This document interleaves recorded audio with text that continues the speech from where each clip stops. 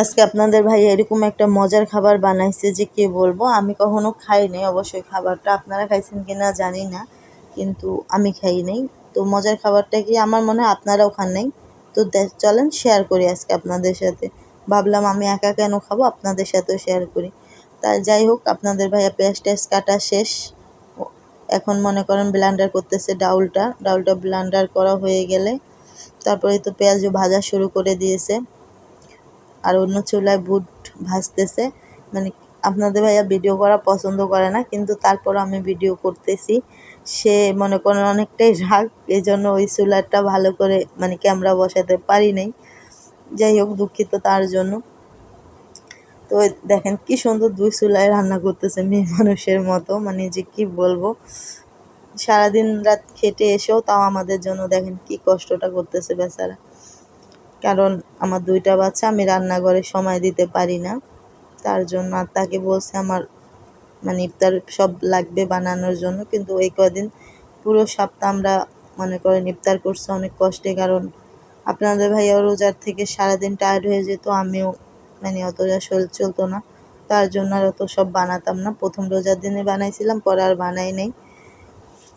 তাই ভাবলাম যে আজকে তো শুক্রবার, আর কালকে থেকে হ্যাঁ তার মনে করেন ডে ডিউটি, অফিসে ইফতার হবে, তার জন্য আর আমাদের বাসায় ইফতার হবে না। আর আপনার ভাইয়া যখন না থাকবে আমিও তো ইফতারও বানাবো না। তাই ভাবলাম যে আজকে বানায় সবাইরেও দিই, আমরা নিজেরাও খাই। তারপর বললো যে তুমি বাচ্চাদের সময় দাও, আমি এদিক দিয়ে সব করতেছি।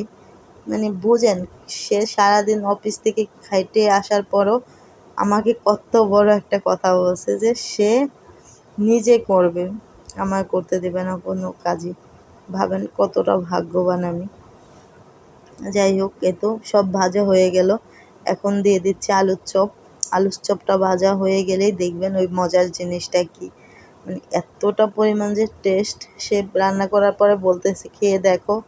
আমি ভাবলাম যে না, একবার চেহারি খাওয়ার সময় খাবো। পরে বললো না, যদি তোমার পছন্দ না হয় তখন। তারপর বললাম যে আচ্ছা ঠিক আছে চলো খাই।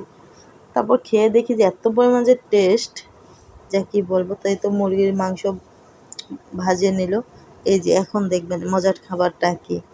মজার খাবারটা হলো মনে করেন মুরগির গোস্ত দিয়ে এত পরিমাণভাবে যে স্বাদের একটা রান্না করা যায় আমি ভাবতে পারিনি।